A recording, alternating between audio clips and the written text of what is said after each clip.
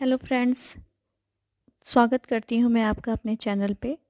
और उम्मीद करती हूँ कि पिछली जो कविता हम लोगों ने पढ़ी है वो कविता आपको समझ में भी आई होगी और पसंद भी आई होगी।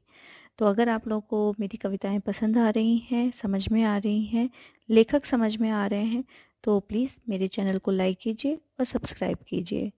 तो चलिए, आज मैं आपके सामने एक नए कविता के साथ आई हूँ जिसको लिखा है अयोध्या सिंह उपाध्याय हरिऔध जी ने। जैसा कि आप सामने देख रहे हैं, यह कविता है और इसका नाम है फूल और कांटा। फूल और कांटा। यहाँ पर हमें ये बताया गया है कि किस तरह से एक साथ रहते हुए भी फूल और कांटे की जो प्रवृत्ति होती है, जो उनका व्यवहार होता है, वो बहुत ही अलग अलग होता है। और कौन उसमें से कोमल स्वभाव का होता है और कौन कठोर स्वभाव का होता है, ये आप खुद समझ सकते हैं। तो इसी कविता के आधार पर मनुष्य के जीवन को भी प्रदर्शित किया गया है और इसमें यह समझाया गया है कि यह निर्भर करता है कि आप कैसे संगति में रह रहे हैं और कहाँ कहाँ किसके साथ रह रहे हैं। लेकिन आप फिर भी चाहें तो अपनी अपने व्यवहार को हमेशा ही अच्छा बना सकते हैं और अपने आप को एक चमकता हुआ सितारा बनाकर रख सकते हैं।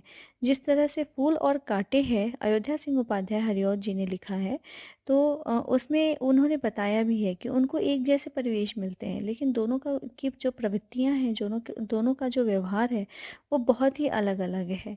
फूल कोमलता प्रदान करता है, सुंदरता प्रदान करता है और सबके साथ मित्रता के साथ रहता है। और वहीं कांटा कांटा जो है, अपने कठोर व्यवहार की वजह से लोगों को आहत करता है, यानी उनको उनको दुख पहुंचाता है, जिससे उसको कोई भी नहीं पसंद करता। तो आइए देखते हैं कि इसमें हरिऔध जी ने किस तरह से फूल और कांटा के माध्यम से किस तरह से मनुष्य के जीवन का भी वर्णन किया है और उनको क्या समझाया गया है जन्म लेते जगह में एक ही पौधा उन्हें है पालता, रात में उन पर चमकता चांद भी एक ही सी चांदनी है डालता। जैसा कि आप देख रहे हैं, है जन्म लेते जगह में एक ही जगह में जन्म लेते हैं और एक ही पौधा उन्हें है पालता। और यह जो फूल और कांटा, ये दोनों ही हैं, वो एक ही जगह पर जन्म लेते हैं और एक ही पौधे में पलते भी हैं, यानी उनका जो भरण पोषण होता है वो एक ही पौधे के द्वारा होता है। रात में उन पर चमकता चांद भी एक ही सी चांदनी है डालता।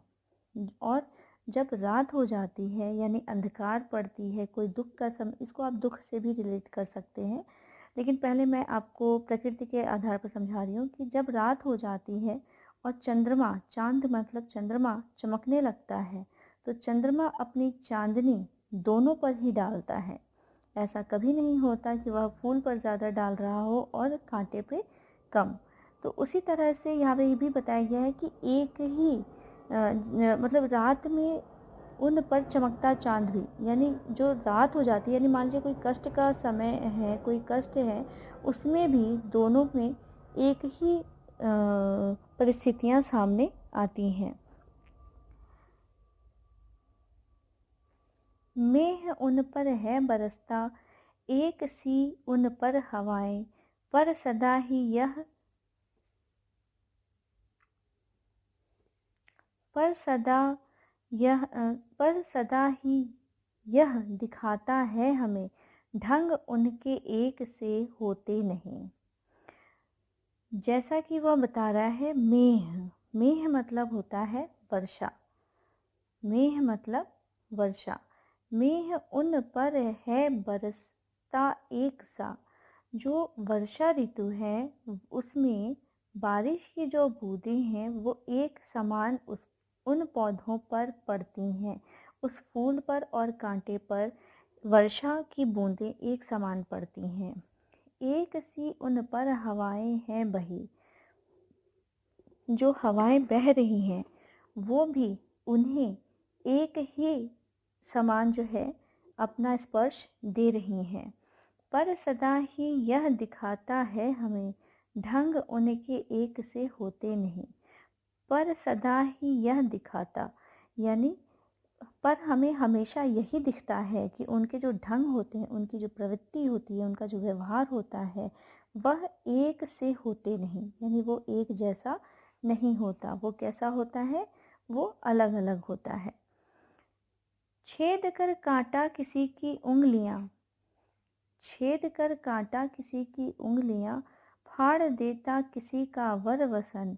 प्यार डूबी तितलियों के पर कतर, भौर का है भेद देता श्याम तन। यहाँ पर जैसे कि कवि अयोध्या सिंह उपाध्याय जी बता रहे हैं कि छेद काटा किसी की उंगलियां, जो ये कांटा है, जो ये कांटा है ये नुकीला होता है, वह किसी की उंगलियों को भी चोट पहुंचा देता है। और अब देखिए यहाँ पे प्रवृत्ति बता रहा है कि किसकी कैसी प्रवृत्तियां हैं। ठीक है, यहाँ पे भी कांटे का की व्याख्या कर रहा है कि वह किस प्रकार का व्यवहार रखता है। छेद कर काटा किसी की उंगलियां, कांटा जो है किसी की उंगलियां छेद देता है। फाड़ देता है किसी का वर वसन, वर मतलब होता है वस्त्र, वर मतलब होता है वस्त्र। प्यार डूबी तितलियों के पर कतर, देखिए जैसे इसने बोला ना, उंगलियों को वह छेद देता है, किसी के सुंदर वस्त्रों को, वसन मतलब वस्त्र, वर मतलब सुंदर, सुंदर वस्त्रों को भी वह फाड़ देता है। प्यार डूबी तितलियों के पर कतर, और जो प्यारी सी तितलियां हैं वह डूब कर जो इधर उधर घूम रही हैं, वो जब उन कांटों से टकराती हैं तो उनके भी पंखों को वो, पर मतलब पंख, पंखों को वह चोट पहुंचा देता है। कतर, कतर मतलब होता है काट देना।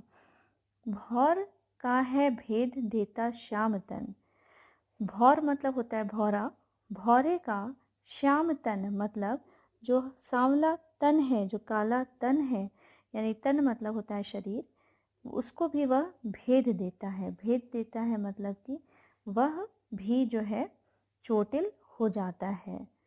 फूल देता, फूल लेकर तितलियों को गोद में, भौर को अपना अनूठा रस पिला। अब देखिए यहाँ पर फूल के बारे में विवरण कर रहा है। फूल लेकर तितलियों को गोद में, भौर को अपना अनूठा रस पिला। निज सुगंधों और निराले रंग से है सदा देता कली को खिला। यहाँ पे फूल के बारे में बता रहा है कि वह क्या करता है, वह तितलियों को अपनी गोद में बैठाता है प्यार से। भौर को अपना अनूठा रस पिला, भौरे को, जो भौरे होते हैं वह उन फूलों से अच्छे और रसीले रस पीते हैं। निज सुगंधों और निराले रंग से, निज मतलब होता है अपना, अपने सुगंध यानी महक से, और निराले रंग से यानी अद्भुत रंगों से, है सदा देती कली को खिला। जो कलियां हैं, जो कलियां हैं वो खिल सी जाती हैं, जो कलियां हैं वो खिल सी जाती हैं। है खटकता, नेक्स्ट पैराग्राफ देखते हैं। है खटकता, है खटकता एक सबकी आंख में, दूसरा है सोहता सुर शीस पर। किस तरह कुल की बड़ाई काम दे, जो किसी में हो बड़प्पन की कसर। देखिए यहाँ पर कवि अयोध्या सिंह उपाध्याय हरिऔध जी कह रहे हैं कि है खटकता एक सबकी आंख में, जो एक है, एक तरफ है फूल और एक तरफ है कांटा, तो जो फूल और कांटा है उसमें से एक जो है सबकी आंखों में खटकता है। क्यों खटकता है? सिर्फ और सिर्फ अपने व्यवहार के कारण वह खटकता है। दूसरों को वो कष्ट पहुंचाता है जिसकी वजह से लोग उसको नहीं पसंद करते हैं। इसलिए वह दूसरों की आंखों में खटकता। देखिए यहाँ पे एक मुहावरा भी हो गया कि आंखों में खटकना, है ना, ये हो गया मुहावरा भी। दूसरा है सोहता सुर शीस पर, और दूसरा जो है, और वहीं उसी उसी परिस्थिति में पला बढ़ा एक दूसरा जो है, जो ये दूसरा कौन है? फूल। तो ये जो दूसरा है यह दूसरों के शीश पर, शीश मतलब सर, जो सर पर है वह वहाँ सुशोभित होता है। मतलब लोग क्या करते हैं, उसको अपने बालों में लगाते हैं, अपने माथे पर रखते हैं, फूल को अपने हमेशा पास रखते हैं। किस तरह कुल की बड़ाई काम दे, जो किसी में हो बड़प्पन की कसर। यहाँ पे अयोध्या सिंह उपाध्याय हरिओत जी ने कहा है कि कुल बड़ा होकर क्या होगा। कुल मतलब जो हमारा घर परिवार, सम्मान, जाति, ये सब बड़ा होकर क्या करेगा अगर हमारे में बड़प्पन की कसर, कसर मतलब होता है कमी होना, अगर हमारे में बड़प्पन की कमी है तो हमारा कुल बड़ा होकर भी क्या करेगा।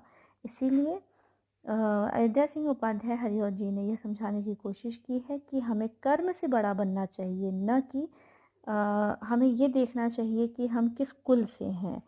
क्योंकि वहाँ जहाँ भी आप रहते हैं वहाँ पे वह कुल न काम आकर आपका व्यवहार काम आता है, और आपका व्यवहार ही अपने कुल को बड़ा या छोटा बनाता है। कभी भी हम कुल से बड़े या छोटे नहीं होते हैं। हमें अपना व्यवहार कैसा रखना है ये हमारे ऊपर निर्भर करता है, और हमारे इस व्यवहार की वजह से हमारा कुल भी बढ़ता या घटता है। तो अयोध्या सिंह उपाध्याय जी ने बहुत ही सुंदर ये कविता फूल और कांटे यहाँ पर प्रस्तुत किया है, जिसमें कि बताया है उन्होंने कि जन्म लेने से और अच्छे कुल में जन्म लेने से ही सब कुछ अच्छा नहीं होता। अपनी प्रवृत्ति और अपनी अंतर आत्मा को भी हमें शुद्ध रखना चाहिए, और हमें ऐसा दूसरों के साथ व्यवहार करना चाहिए कि वो हमारे साथ मित्रता करने का प्रयास करें, न कि हमें वह दूर करने का प्रयास करें। तो चलिए, आपको यह कविता कैसी लगी मुझे बताइएगा कमेंट सेक्शन में। और अगर इसके आगे और कोई ऐसी आप लोग की अगर कुछ कविता की मांग हो तो उस कविता का नाम हम मुझे लिखकर भेजें, मैं उस कविता के भी बारे में आपको बताऊंगी। और यहाँ पर जैसा कि आप लोग देख रहे हैं कि रेड कलर से मेह लिखा हुआ है, मेह, ये मेह, तो इसका मतलब भी मैंने धीरे धीरे आपको बता ही दिया है कि मेह मतलब क्या होता है। वर वसन मतलब सुंदर वस्त्र, पर कतर, पर मतलब होता है पंख, और कतर मतलब होता है काटना।